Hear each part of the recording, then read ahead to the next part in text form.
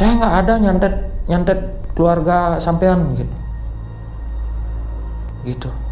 Saya nggak ada nyantet keluarga sampean, itu kata Bapak Mulyadi. Akhirnya warga terus mencaci maki Bapak Mulyadi hingga Pak Mulyadi menangis pada malam itu. Dan akhirnya Bapak Mulyadi bilang sama warga ini, saya siap membuktikan bahwa saya itu tidak bersalah. Saya siap disumpahi, sumpah apapun, sumpah pocong pun saya siap. Seperti itu. Pada Jumat Kliwon, Bapak Mulyadi menyiapkan segala hal, 6 sapi itu untuk persiapan makan warga, mengundang polisi, militer, dan 3 desa. Dan beliau disumpah pocongnya itu di rumah beliau, di musola beliau, pas di sebelah SD dan di sebelah rumah.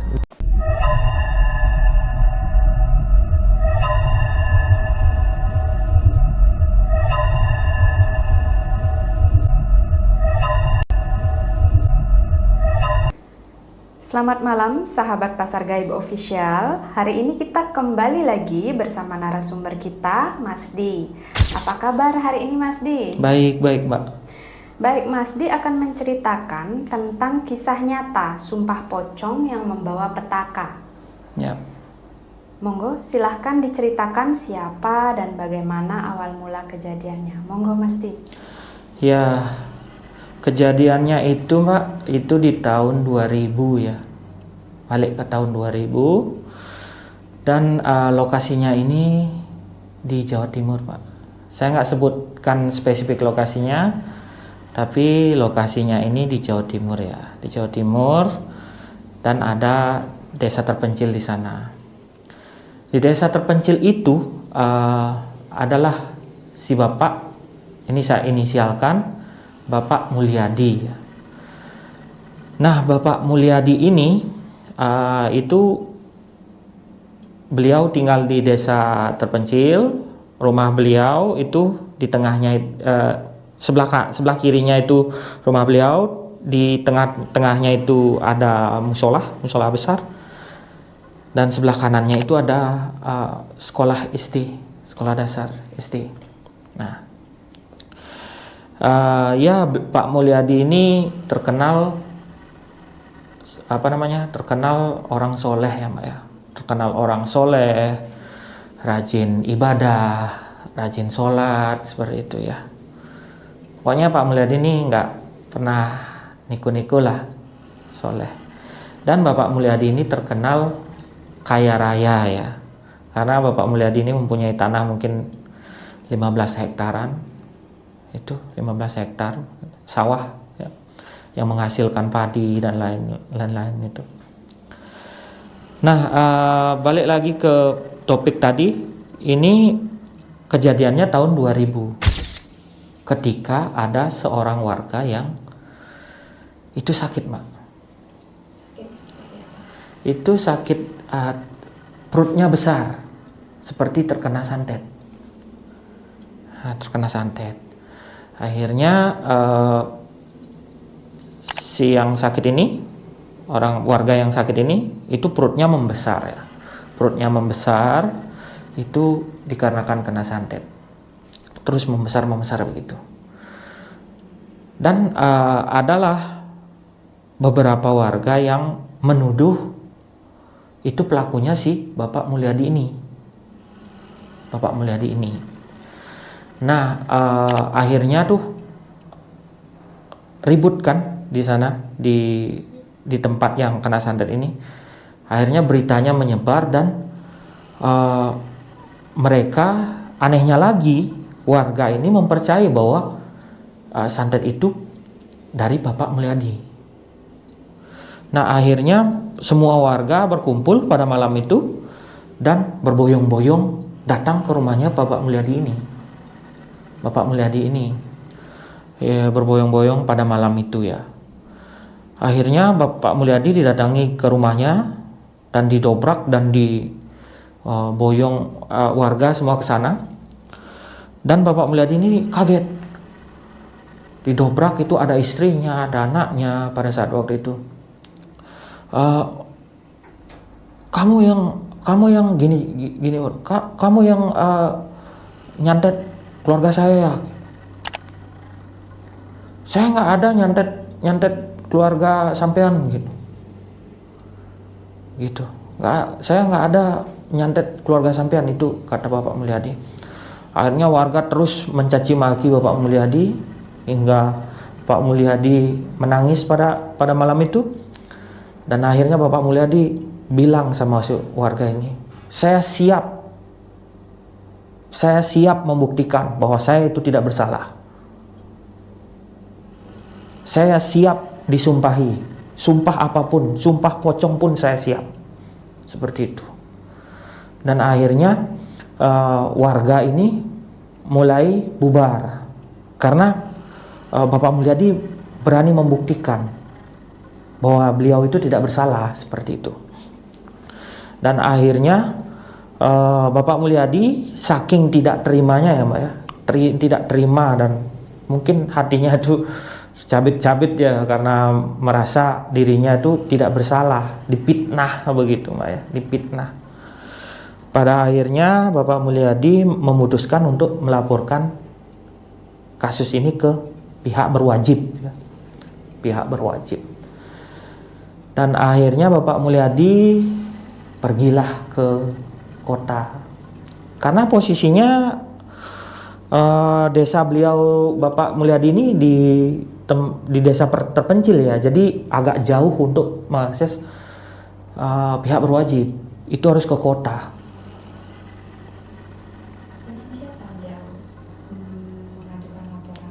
Akhirnya beliau dan istri beliau dan anak-anak beliau berangkatlah ke kota, ke kantor polisi untuk melaporkan kepada pihak yang berwajib pada saat waktu itu. Akhirnya sampai di kantor polisi, beliau melaporkan kejadian tersebut pada malam itu, bahwa beliau itu dipitnah dan lain-lain. Tapi anehnya itu Mbak, polisi tidak menggubris laporan itu. Kira-kira kenapa itu Mas? Nah itu dia Mbak, itu masih tanda tanya ya, kenapa polisi tidak, mungkin karena ada banyak alasan, mungkin ini baru dipitnah gitu ya. Mungkin nggak tahu ya, zaman dulu itu kan hukum masih kurang begitu seperti sekarang ya. Kalau sekarang orang mau bilang orang gila aja nggak boleh kan, harus ODGJ seperti itu ya. Banyak aturan yang diperbarui sekarang. Mungkin dulunya itu belum seketat ini mungkin Mbak. Jadi nggak ada istilahnya pencemaran nama baik pada zaman itu mungkin ya. Dan tidak digubris, pulang ke rumahnya, balik ke rumahnya. Itu karena polisi tidak gubris, akhirnya Bapak Mulyadi ini masih merasa sakit karena dituduh ya. Itu satu desa Mbak, bayangkan satu desa itu nama baik, martabat ya sebuah keluarga itu. Saya bisa merasakan sih sakitnya seperti apa itu, karena itu kan apalagi di kampung kecil ya. Akhirnya si Bapak Mulyadi ini teringatlah dengan kata-katanya sebelumnya, saya siap disumpah pocong, seperti itu ya, siap disumpah pocong. Akhirnya Bapak Mulyadi rembugan sama keluarga membicarakan bagaimana solusinya ini. Akhirnya di kemudian hari beliau memutuskan untuk berangkat ke Habib. Dan akhirnya Bapak Mulyadi ini mendatangi Habib beserta keluarganya ya, bertiga orang beserta keluarganya, istrinya dan anak-anaknya.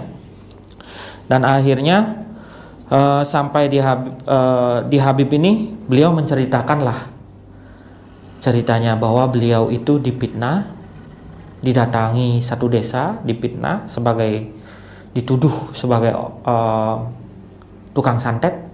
Nah, Akhirnya beliau mengatakan kepada Habib, saya siap disumpah pocong. Saya siap disumpah pocong. Saya siap menerima akibatnya jika saya salah. Karena saya tidak bersalah. Saya tidak ada melakoni ilmu hitam, ilmu santet seperti itu. Ada berapa Habib yang dia minta? Itu 3 Habib, Mbak. 3 Habib. Mungkin pada waktu beliau ke sana itu beliau bertemu 1 Habib, tapi waktu beliau disumpahi pocong itu 3 Habib, Mbak. 3 Habib. Nah, akhirnya si Habib menyetujui Bapak Mulyadi ingin disumpahi pocong. Akhirnya Habib menyarankan Bapak Mulyadi untuk mengundang 3 desa, polisi dan militer pada saat waktu itu. Polisi, militer, 3 desa, dan beliau menyiapkan 6 sapi untuk disembelih untuk buat makan warga, konsumsi warga itu sekitar 6 sapi ya. Itu. Dan akhirnya dicarilah hari baik untuk melakukan ritual itu ya, ritual sumpah pocong itu. Dan pada saat waktu itu Habib bilang untuk mencari di Jumat Kliwon ya, Jumat Kliwon. Nah akhirnya pada Jumat Kliwon Bapak Mulyadi menyiapkan segala hal, sapi, 6 sapi itu untuk persiapan makan warga, mengundang polisi, militer, dan 3 desa. Dan beliau disumpah pocong itu di rumah beliau, di musola beliau, pas di sebelah SD dan di sebelah di rumah beliau ya, itu lokasinya. Nah tibalah waktu hari Jumat itu, beliau itu pada hari itu dikafanin ya, dikafanin dan disumpahin beserta Al-Quran di kepalanya itu disumpahin. Beliau disumpahi pocong dan disaksikan 3 Habib itu. Ini Habib lumayan terkenal, Mbak, dan beliau sudah wafat ya di Jawa Timur. Kalau orang Jawa Timur pasti tahu ini. Beliau sudah wafat. Nah pada saat itu mulailah Bapak Mulyadi itu dikafanin, disumpahi itu.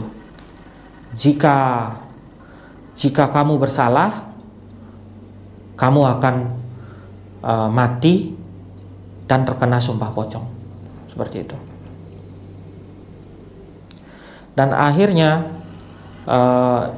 pada suatu waktu itu juga dibilang waktu itu sumpahnya, kalau Bapak Mulyadi ini tidak bersalah, siapa yang memfitnah beliau akan terkena sumpah ini. Siapapun yang memfitnah beliau, yang merekayasa ini, akan terkena batunya, seperti itu. Dan akhirnya setelah sumpah itu selesai, sudah polisi bubar, TNI bubar, dan warga bubar menyaksikan pada saat waktu itu.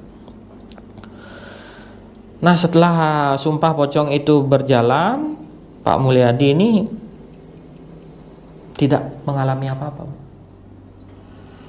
karena beliau bersih, tidak melakoni hal-hal seperti itu ya, yang difitnah beliau itu.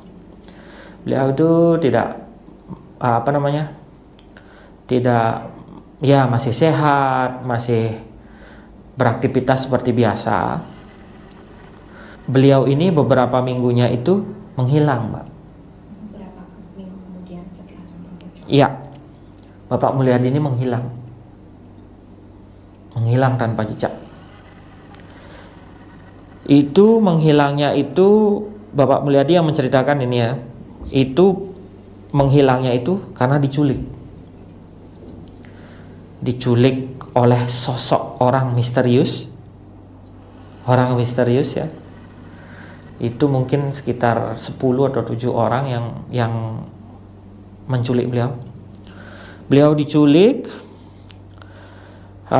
matanya ditutup, tangannya diikat, kaki diikat, itu dimasukkan ke dalam karung. Masukkan ke dalam karung. Nah, pada malam itu beliau langsung dibuang ke sungai, sungai besar. Jadi di desa beliau itu ada sungai besar. Itu yang arus sungai itu mengalir ke kota. Nah, arus sungai itu mengalir ke kota. Sungainya sangat besar, Pak.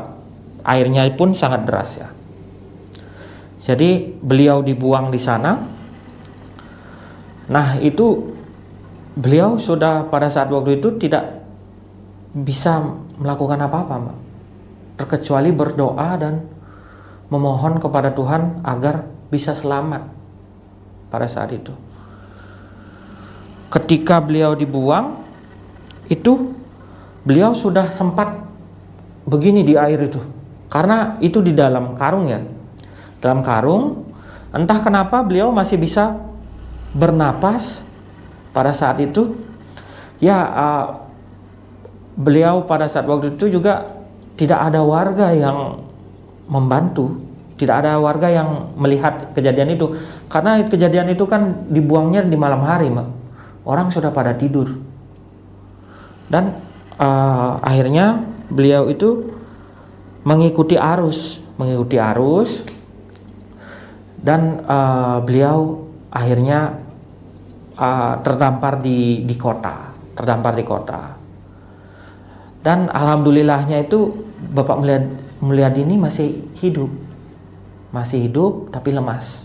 Berarti ikatan karungnya lepas? Iya, lepas. Bapak Mulyadi bisa keluar, tapi ikatan di tangan masih gini. Dan akhirnya Bapak Mulyadi bisa membuka ikatan itu, bisa membuka ikatan di tangan dan di kaki. Bapak Mulyadi itu bingung, saya ada di mana? Karena dibuangnya kan beliau sudah ditutup, beliau tidak tahu dibuang di mana. Jadi pada saat waktu itu pikiran beliau itu bingung, saya ini di mana? Saya ini di mana ya? Akhirnya beliau mencoba untuk berjalan ke menyusuri sungai itu dan mencoba untuk naik. Akhirnya beliau bertemu seseorang di sana dan beliau bertanya, ini saya di mana? Kamu di kota gitu. Kamu di kota di sini gitu ya. Saya nggak sebutkan kotanya. Kamu di kota di sini. Oh gitu. Akhirnya beliau juga tidak tahu mau kemana karena beliau tidak ada uang.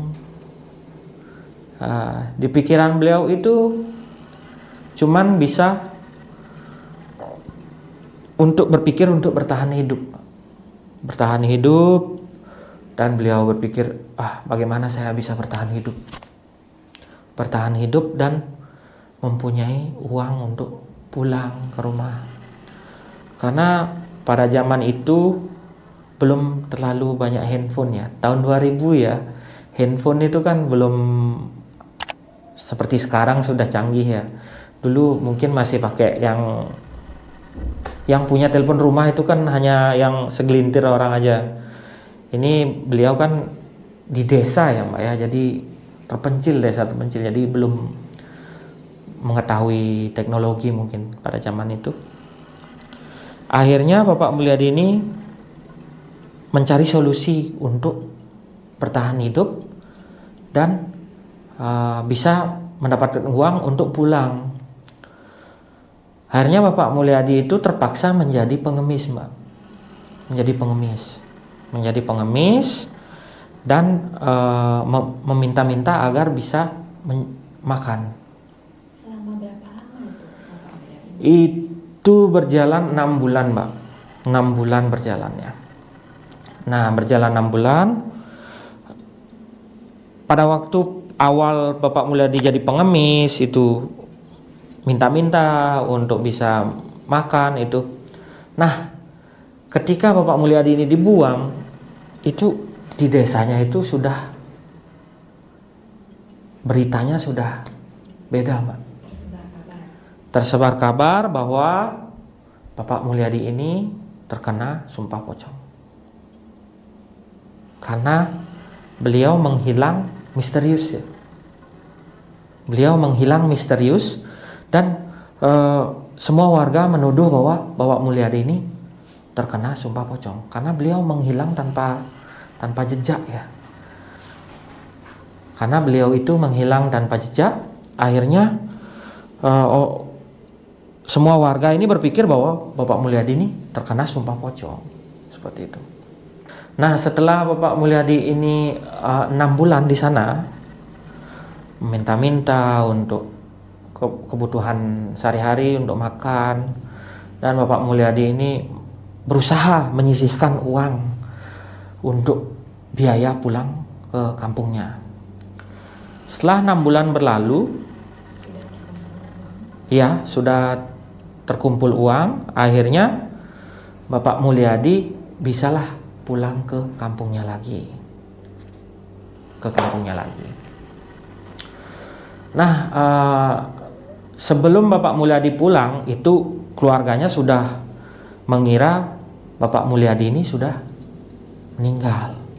Karena beliau itu, balik lagi, beliau itu hilangnya misterius, Mbak. Akhirnya keluarga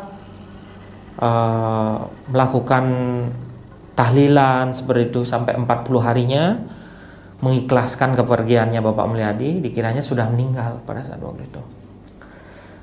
Nah, akhirnya setelah 6 bulan itu Bapak Mulyadi ini pulang ke rumahnya.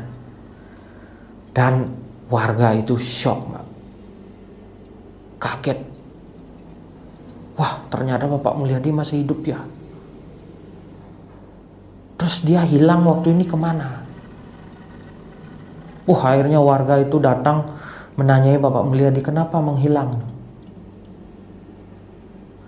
Akhirnya Bapak Mulyadi berbicaralah di sana bersama keluarganya bahwa Bapak Mulyadi itu diculik oleh sosok misterius tadi dan dibuang ke sungai.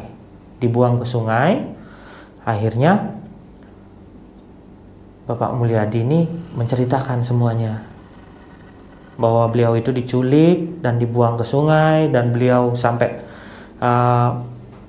mengalami perubahan ya, ibaratnya menjadi pengemis. Soalnya beliau ini kan orang mampu ya, sampai menjadi pengemis untuk bertahan hidup, untuk mempunyai uang untuk balik ke kampung. Nah, akhirnya Bapak Mulyadi ini diceritakanlah oleh keluarganya bahwa 7 sepupunya Bapak Mulyadi ini itu sudah meninggal. Dan meninggalnya itu mengenaskan, Pak. Itu meninggalnya itu sampai tangannya itu keluar pasir. Ketika meninggal itu keluar pasir. Itu meninggal itu selang 2 minggu meninggal, 2 minggu meninggal seperti itu. Itu ada 7 sepupunya Bapak Mulyadi yang meninggal pada saat waktu itu. Dan akhirnya semua menyimpulkan bahwa sepupunya Bapak Mulyadi ini terkena sumpah pocong, Mbak. Ya, dia adalah biang keroknya yang menuduh Bapak Mulyadi ini tukang santet, memfitnah Bapak Mulyadi ini tukang santet dan menuduh, dan beliau juga ada di sumpah pocong itu. Kira-kira apa motifnya saudara Pak Mulyadi ini melakukan itu? Nah, ini dia, Mbak. Jadi motif dari semua ini, yang ke-7 orang ini, itu karena harta, Mbak. Karena Bapak Mulyadi ini adalah orang kaya. Jadi pewaris tunggal di sana. Beliau punya banyak tanah, beliau punya banyak aset kekayaannya banyak. Jadi orang-orang ini sengaja memfitnah Bapak Mulyadi itu agar bisa menguasai harta dan warisannya. Itu pun Bapak Mulyadi bilang, itu kalau saya sampai meninggal, mungkin istri dan anak-anaknya ini bakalan terancam, Pak. Bakalan terancam. Karena ya syukurlah waktu itu Bapak Mulyadi itu melakukan sumpah pocong itu, yang pada akhirnya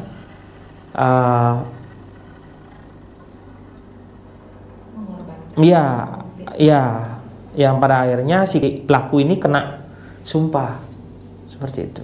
Dan setelah itu mulailah keluarga Bapak Mulyadi ini menyimpulkan bahwa sepupu-sepupunya ini terkena sumpah pocong. Menyimpulkan seperti itu? Karena yang 7 bersaudara ini, Mbak, itu masih gentayangan sampai sekarang. Karena ada 7 pocong bergentayangan di desa itu. Iya, semenjak orang ini meninggal, 7 orang ini meninggal, itu ada 7 pocong yang gentayangan di depan SD itu. Di depan SD itu ada 7 pocong yang gentayangan di sana. Apakah pocong ini mengganggu warga? Sering, Mbak, sering kali orang-orang yang setelah di sana kan sawah itu luas, Mbak, ya. Jadi orang-orang di sana punya sapi, pemelihara, peternak sapi itu seperti sapi lemosin seperti itu ya. Di sana terkenalnya itu karena harganya yang mahal. Jadi warga di sana pekerjaannya itu kebanyakan peternak sapi. Kalau bukan peternak, Petani ya. Nah setelah itu ada nih peternak sedang mengarit. Nah itu dia pulangnya itu agak malam, Mbak, agak malam. Jadi beliau ini pulang, beliau dapat cuman 2 sak. Nah akhirnya beliau itu bawa ompreng, Mbak. Ompreng itu seperti cikar ya, seperti cikar itu, dan itu bisa digandengkan ke motor. Jadi kalau orang ngarit di sana pakai ompreng itu agar bisa membawa rumput lebih banyak seperti itu. Biasanya kan kalau sepeda motor normalnya paling bisa bawa 2 di depan, 1 di belakang. Kalau pakai ompreng itu bisa sampai 10. Nah akhirnya bapak ini lewatlah di depan SD itu. Nah bapak ini melihat sosok pocong, 7 pocong itu. Mukanya itu seperti muka orang yang terbakar, hitam terbakar seperti itu mukanya. Bapak itu ditanya, "Pak, bisa nggak antar saya pulang?" pocongnya yang bilang. Iya. Anehnya ini si bapak ini nggak takut, Mbak. Beliau malah, "Kamu mau antar saya, mau diantar pulang? Ayo naik." Bapak itu bilang begitu, "Ayo naik." Dan pocong ini naik di sana, di ompreng itu. Antarnya kemana? Dia bilang, "Itu di depan, Pak, di depan." Diantar sama bapak ini kan, Ternyata beliau pocong ini turunnya di Berapa pocong yang naik ke rumput ini? 7. 7-7-nya. Akhirnya si pocong ini turunnya itu di sana, di kuburan. Di kuburannya ini yang 7 orang ini. Nah, banyak juga ini kejadiannya ini adik kandung saya sendiri ya. Kebetulan dia juga sekolahnya dekat-dekat sana ya. Jadi mainnya juga ke sana gitu. Jadi adik kandung saya ini sempat ke sana. Itu digangguin, Mbak. digangguin itu. Itu kan masih kecil-kecil adik saya tuh depan SD itu, main-mainan sama teman-temannya itu. Itu digangguin, Mbak. Sampai keluar kencing adik saya tuh lari terbirit-birit itu, Mbak. Iya, masih sampai sekarang itu. Sering mengganggu. Kalau warga yang di desa itu pasti tahu semuanya. Saya nggak sebutkan nama desanya karena nggak takut gini, tapi ini masih mengganggu, menteror warga masih di sana. Jadi petakannya ini, sumpahnya ini ya banyak hikmah juga di dalam cerita ini, Mbak, gitu. Kira-kira apa hikmah di balik cerita ini? Ya akhirnya Bapak Mulyadi bisa hidup tenang. Sekarang beliau sudah berumur 90. Saya bertemu beliau 3 bulan yang lalu, itu umur beliau sudah 90. Dan beliau menceritakan kepada saya. Nah, wah seru banget ceritanya, Mbak. Jadi beliau ini panjang umur sampai sekarang dan beliau udah mempunyai cicit. Ya, masih sehat, beliau masih sehat. Wah, tinggi besar badan beliau itu. Beliau masih sehat, beliau punya cicit, cucu, gitu. Menurut Mas Di, pesan apa yang bisa kita jadikan pelajaran tentang kejadian dari Pak Mulyadi ini? Pelajarannya adalah janganlah menuduh seseorang tanpa bukti. Dan jika kalian pingin sukses, ya bekerjalah segiat-giatnya, gitu aja. Baik, sangat seru sekali cerita pada malam hari ini.